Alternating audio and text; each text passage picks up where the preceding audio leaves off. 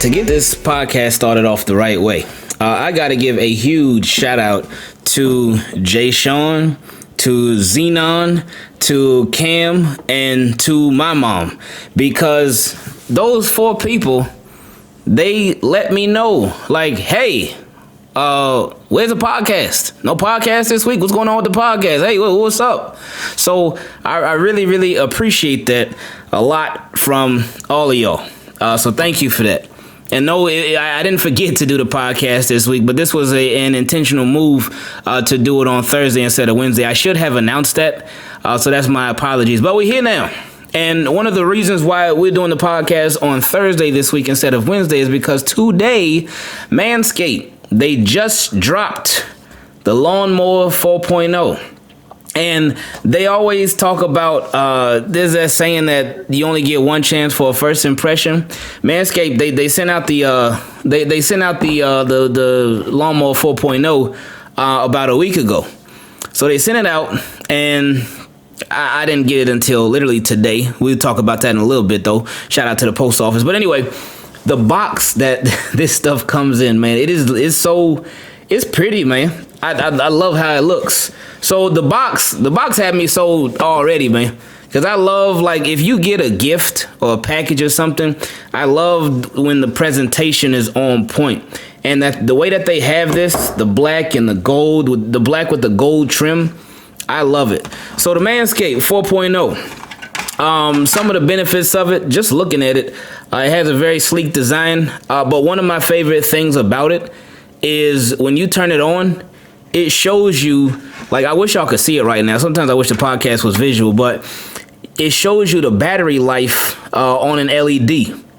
So you don't got to wonder, like, oh, man, do I need to charge this thing? If you're getting ready to shave your beard or something, you ain't got to wonder, oh, man, do I have enough battery life to last me? You literally can see the battery life from the LED.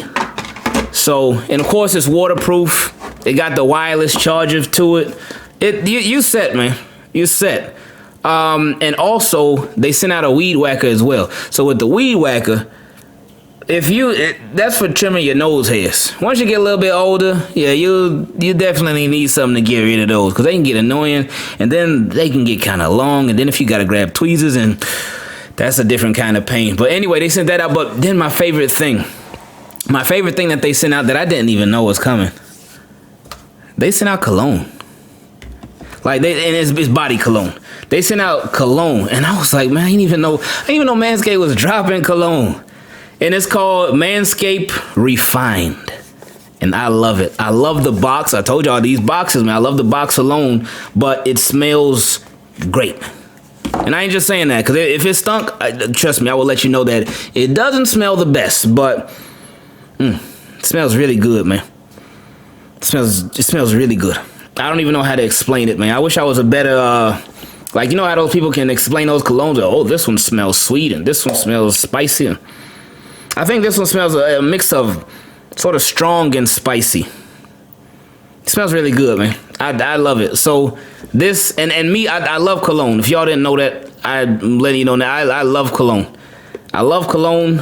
I love, one of my favorite things with around the holiday time. Now, I don't celebrate the holidays, but around the holiday time, it's one of my favorite things to wear, like places like Ulta, I think Macy's might have it. Those places that sell cologne and perfume, where they sell you those sort of sample boxes that have all the different kinds of like cologne in there and stuff. I love those. Love those. So always around the holiday time, I say, all right, babe, we got to go find one.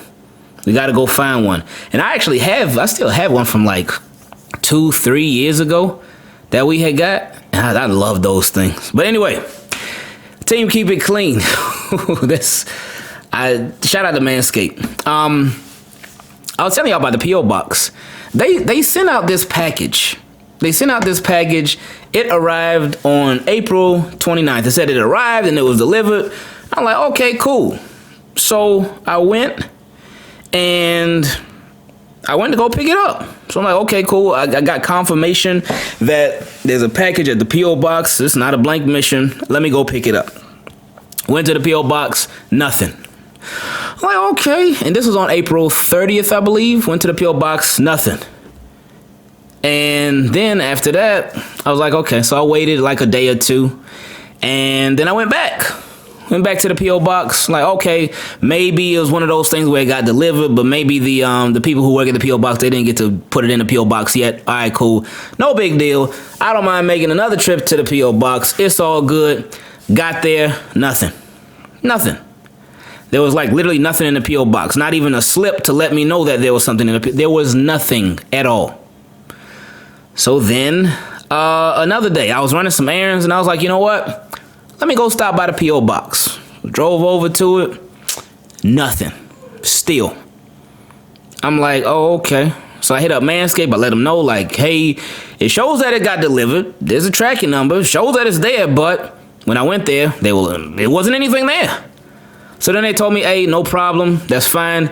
Just let us know if it gets there by Friday. Just let us know if it does or it doesn't. I said, okay, cool. I'll keep y'all posted. Appreciate it. Great customer service too, by the way. Shout out to Manscaped. But that happened. The time came and went, and nothing. So today, literally today, when I'm recording this, on May 6th, today, went to the post office, and I needed to get some stamps for letter writing. So I went and I got some stamps, and I talked to the clerk, and I told her like, hey, told her the P.O. box, gave her the tracking number. I was like, hey, it says that this package was delivered, but I've been checking and there's like nothing there. So she was like, oh, let me see the tracking number. And she was like, what's your P.O. box? I told her. So she went to go check. So then she comes out with 2 boxes. I'm like, man, I didn't say this to her, but I was thinking like, man, like I've been coming here. And there have been well, before I say this part, let me tell you what she said. She was like, oh, okay. She was like, oh, yeah. She said, my name. She said, oh, Ingravenvids. I said, yeah, that's me. And da-da-da-da. And then she was like, oh, we put those, what did she say? Those little notes. Y'all know those notes, like, whether you have a P.O. box or not, or whether you've ever had anything delivered to where you live, if it's a delivery that requires your signature, then they'll leave a note like at your front door. If they miss you, if you're not home, if they knock on the door, nobody answers, they'll leave a note at the front door to either let you know when they're coming back or let you know where you could pick up your package from. Now, for a P.O. box, if something is delivered to you that, like for me, for instance, my P.O. box is small, because for me, I was like, okay, if somebody delivers something big, it's still going to get delivered there. They'll just put one of the notes in the P.O. box, and I had to take that note and then bring it to the clerk, and then she'll bring out whatever the package is. So, but there were none of those notes in there for anything. There were no notes at all. So that's why I was like concerned, like, hold up, like what's going on? And I told her that too. I said, there were never any notes. But she also said that there was somebody that was, I don't know if they were new or not, but there was a new person that had been working the P.O. boxes, and they had, some stuff got mixed up. And it's funny because the lady who was in front of me in line, she came there with her little daughter, and she was telling them like, hey, there was a package that was supposed to be delivered to my house, but it wasn't. And there's like $400 worth of insurance on it. She's like, it's kind of an important package. And I was like, oof, I'm glad I ain't got those problems. But shout out to her. But yeah, that was that. So, it was fun though. I'm glad that everything got resolved my first time speaking to them. And that's customer service right there. She took care of it, and boom, that was it. Done. Problem solved. Now, another customer service story from just last night. Hey, because me and my wife and Carter wanted these chicken tenders from a specific spot down here.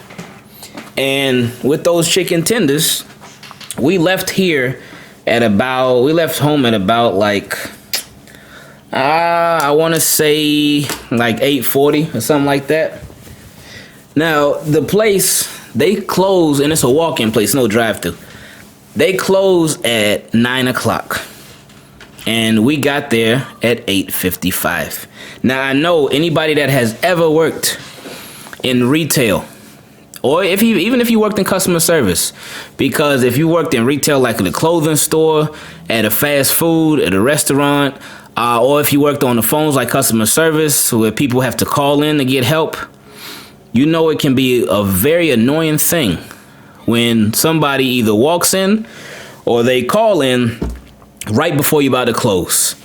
I know for me, I've worked in some call centers in the past, and right when it's closing time, if you've ever experienced getting that call right before you're about to clock out, right before it's the end of your shift, sometimes you will put your phone in a setting. I know enough times it's been called after call, but you'll put your phone in a setting to where you can't get any calls. And if somebody doesn't have their phone in that setting, well, that's on them. And we've all gotten that call before. We have all gotten it. The call where it comes in right before you're about to log out. It's like, oh, boy. Or you got that customer that come in right before y'all about to close. Well, yesterday, me and my wife, Carter, we were those customers. And we walked in. It was 8:55. First, my wife's a little bit hesitant. She's like, I don't know. I think they might be about to close. And I'm like, hey, the sign says open, so let's just see. So then I walked in. There were two girls behind the register. And I was like, are y'all still taking orders? One of them said, well, we're just about to close. So, and she just stood there. And I said, so is that a yes or a no?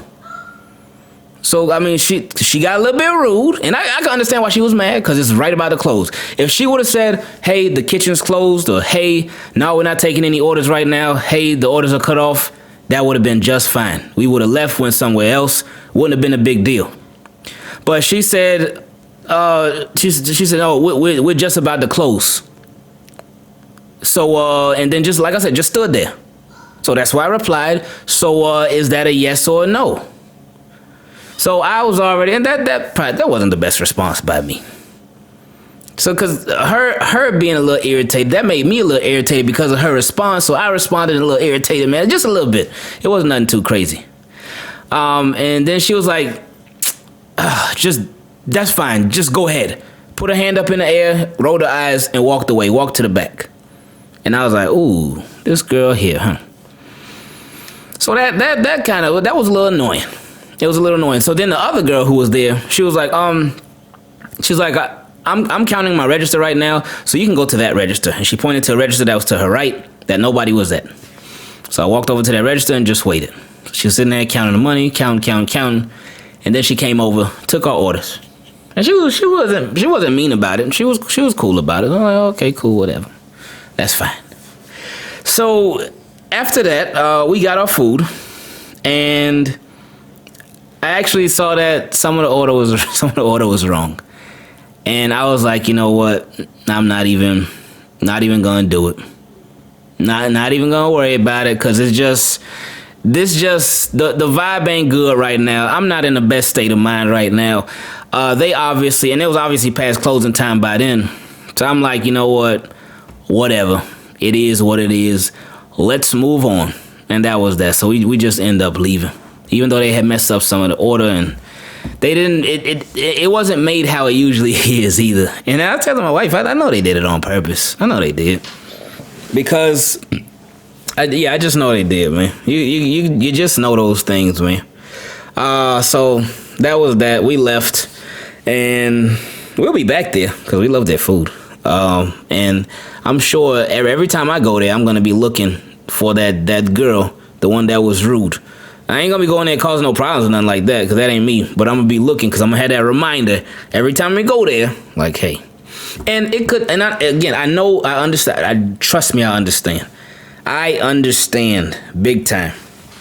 And I know she probably was feeling like, man, she was probably feeling like she was in a very tough spot, because, you know, they be having them little undercover shoppers and stuff.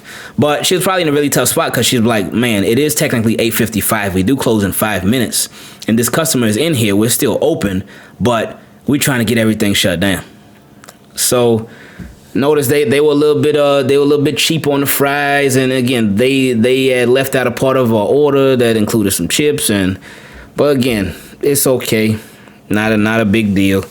And it's possible, hey, maybe she was having a bad day. Maybe she had a rough day, and us being those last customers that really just kind of like set it off or what, I don't know.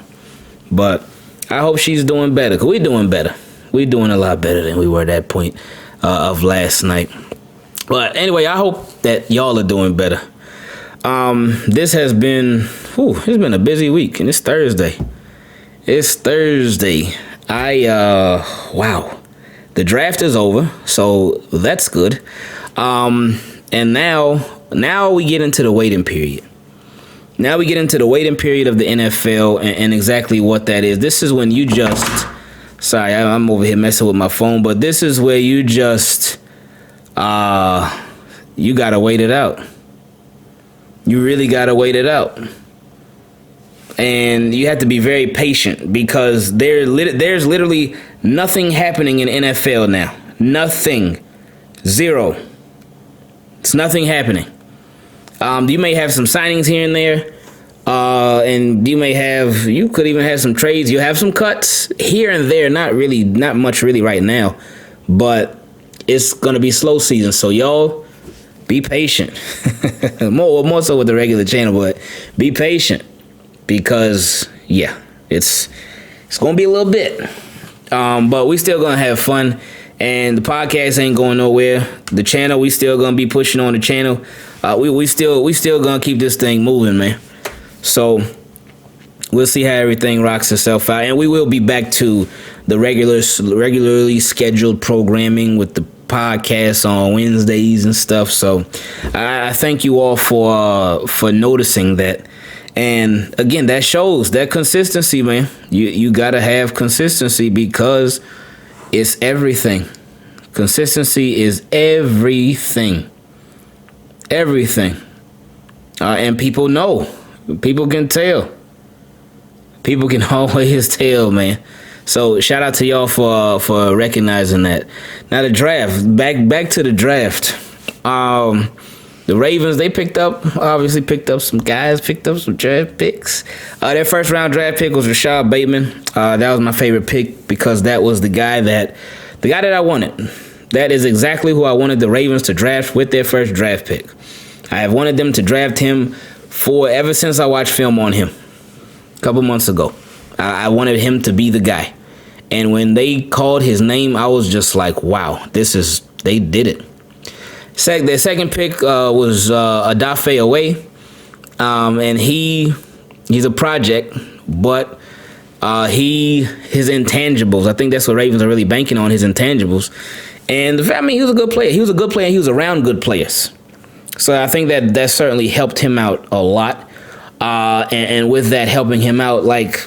Now he'll be in on the NFL level, so he should be a good player. He'll be around other good players, so that should help him like sort of ease that pressure. And I know as a first round pick, there's always going to be that pressure, and hopefully he can apply pressure because he is an edge guy. Little dad football joke there, but Odafe Away, that was an interesting one. So I mean, we'll see how everything pans out. They did not have a second round pick. I thought that they were going to trade up. But they never did. I really thought that they were going to, but they never did. Then they got Brandon Stevens in the third round. They got Ben Cleveland. He should be fun to watch. They picked up Ben Mason, the tight end / fullback. Well, he was a fullback. I guess they said they're going to play him at tight end. Who else did they get? Oh, they got Wade, I think Sean Wade. He was a cornerback. And yeah, a lot of people had him as a first round pick. I'm not sure what happened though. But so Ravens, their draft class, it looked kind of small. Not in stature, but just in the amount of draft picks. It looked kind of small. And I'm used to these guys like having so many more draft picks. Let me see. Did I miss somebody? I feel like I did. Oh, I missed the outside line. Tylan Wallace. How did I miss Tylan Wallace? Man, I'm tripping. And I miss Dalen Hayes, the outside linebacker. So yeah, they pick 1, 2, 3, 4, 5, 6, 7, 8. Well, yeah. I don't know why it looks smaller to me, but hey, we'll see though, man. We're gonna see how everything works itself out. But with their draft, I do like that with the first round picks. That was probably my favorite thing, that they actually stayed in the first round. because we all know that Ravens love their picks and they usually like to accumulate a lot more. But I was very glad that they stayed in the first round because that allowed them to have their say on who they wanted at pick 31, because they obviously had a lot of options. But they could have been like, oh, you know what? Let's trade back and get even more picks. And that could have worked out for them. But I like this. I like them using that ammo that they got to select the higher value. And not saying that the guys in the lower rounds are any worse of football players or won't make it or anything like that. But I love them selecting those both first round draft picks, because that really puts that pressure on you as a team to really get the most out of these guys. It does. So I love that. I love it. And now that I think about it even more, I love it even more. Because you got 2 first round picks, so that's 2 possible fifth year options. Now you got to feel like you got to feel like you never know what could happen. But will Ravens really get to that point where both of them have the 5th year? You never know. Hope so. Because that would mean they both lasted on the team. They were both really good and whatnot. But you just never know, because NFL, it's not for long. It is not for long. Like, I mean, look at Hayden Hurst. Look at that. He was a first round, and he got drafted before Lamar. He was a first round pick, and Lamar the first round pick. Same first round. Only one of them left with the team. You look at Baker Mayfield and Denzel Ward. Both of those guys, they both lasted. They both got their 5th year options picked up. So, I mean, you never know. You never know what could go down. But I'm glad, again, like I said, Ravens put that pressure on themselves. And that's something that I want to talk about, like even beyond football, is just putting that pressure. When you're faced with that pressure, how are you going to respond? Because this is something that I talk to my wife a lot about it. I talk to Carter a lot about it, especially because he's obviously continuing to learn more and more. And we're always continuing to learn, no matter how young or old we are. But one of the things that I try to instill in him is to not be a quitter. Not be a quitter. And this is a lesson that can be applied to so many different things, in my opinion, because with quitting, like, that's giving up. If something's hard, if something is difficult, something is tough, what are you going to just quit just because it's tough? And one of the things I like to do with Carter is try to help him understand better, and you can do this with really everybody, is talk to them about something that they're very interested in. And try to use that to make an illustration using that. Like with Carter, he loves his video games, specifically any Mario video game. The only Mario video game that he does not have is the Mario Maker and Mario Tennis. So maybe if I got him those, I'm sure he will love the Mario Maker. Probably gonna get him there soon. Tennis, I don't know. Maybe because it's Mario, he'll love it. If he can play as Bowser, he probably love it. But anyway, but I don't know what, like, and maybe this is me just being naive. I don't know, like, how much fun he can really have playing a tennis game, because you're just back and forth, tennis. I mean, hitting the ball back and forth. And I'm sure they got some extra stuff in there, because, Mario always come with it. But anyway, when I really want him to understand something and really appreciate what it is that I'm trying to teach him, a lot of times I will use a video game reference or use video games in whatever I'm referring to, just so it can really hit the point. And I tell him, like, hey, what if Mario Odyssey or something, if one of your games that you're playing is super hard, well, you just gonna quit? And he'd be like, no. I say, exactly. What are you gonna do? And he said, well, keep playing. And I say, yeah, you're gonna keep playing. You're gonna keep trying until you pass it. And I told him, like, even just a couple of years ago, this dude, like, when he would play a video game, he wouldn't know what was going on. Like, he didn't know what he was doing, but he kept playing, kept going, kept practicing, and I don't even really know when, like, it clicked for him. But it's been like years. He's 5 right now, and he's been playing video games for years. Like, I want to say since he was 2. But he's been, like, good at it for a long time now. And it's just, like, when I sit there and think about it, it's kind of weird, man. Like, man, this dude, like, for you to be able to grab a controller and be able to, it's the hand-eye coordination. It's your mind, it's your memory. it's just, man, that takes a lot. Like, I know some people probably look at video games like, oh man, video games, it's so easy. You're just sitting there, you're pressing buttons, da da da. It actually takes mental skill to do that. It really does, because you got to press certain buttons at certain times and whatnot. When they pop up on the screen, you got to remember what this does, what that does, what that combination of buttons do, and it's a lot. It's a lot. That's why a lot of people get upset if there's a game that they've been playing for years and then a new version of that game comes out and they change the buttons. That's why people get so upset. It used to happen in Madden like every year. Every couple of years. Because Madden always got to do something. But anyway, but that's something that I really try to instill in Carter, just not to have a quitter attitude and not to have that giving up attitude. Because it's just... now for certain things you got to know when to walk away, but as far as just quitting just because something gets tough or something gets hard, no, we don't want that. We don't want that to develop. Like, and this could be in school too, and I use it for him with his schoolwork, because we have had, oh man, because Carter has We be having some battles when it comes to his schoolwork sometimes, man. Because we'll be going over a problem, whether it's in math, whether it's in reading, whether it's whatever, and I know that he knows, but I just want to draw it out of him that he knows, and I want him to know that he knows, and him to understand that he knows, because he knows. But sometimes the answer may be right in front of him, but he'll be thinking of something else, or he'll be thinking of a different way. Or sometimes we as humans, sometimes we can overthink, even sometimes as children, not too often, but sometimes we can almost overthink stuff. And that'll happen sometimes with him when we're doing the schoolwork and stuff. But I mean, he does a really good job. I'm like super proud of this dude, man, because he does a really, really good job. But there have been some tears. There have been some tears. Oh man, we have had, like I said, we have had some struggles when it came to his schoolwork, and tears from him.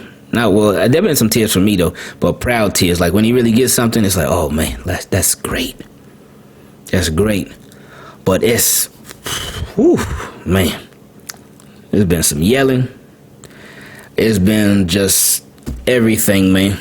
But it's always nice to look back and even to look forward and be like, wow, you really you didn't even know this before, but now you've like mastered this. You didn't even understand this before, but now you really get it. You really get it. And I think that's just a big part of parenting in general, in my opinion. Just really, because you're gonna go through stuff with your kids, man. You're gonna go through stuff. You're gonna have your disagreements, you're gonna have your teaching moments, you're gonna have all of that stuff. But that's a part of parenting, and it's not always about the struggle to me, but it's about how you get through whatever that struggle is. It's about how you get through it, because it's gonna be struggles, and that's really in everything. And then that circles back around to not giving up. Not giving up. Stuff gets hard. Can't give up. You can't. And that your kids, they see everything. Then that's whether you're an older parent, you're a younger parent, you're whatever. Your kids see everything. They notice that stuff. So if you have a quitting attitude and you're like, oh, you know what, whatever, this is getting hard, so I don't feel like even trying no more. They're going to see that. They're going to do the exact same thing. So then when it comes to that point, you won't be able to get mad at them for them doing that, because you showed them that. They picked that up from you. But if you show them that not giving up attitude and that just keep on fighting and keep on going, it'll take them a long way. Team Keep It Clean, I love y'all. I really do appreciate y'all listening. Thank you for being patient, because again, the podcast came out this week, a day later, but I appreciate y'all rocking with it. I hope y'all enjoyed. I certainly always enjoy just having a conversation. Appreciate y'all. Thank you. I love y'all. We out.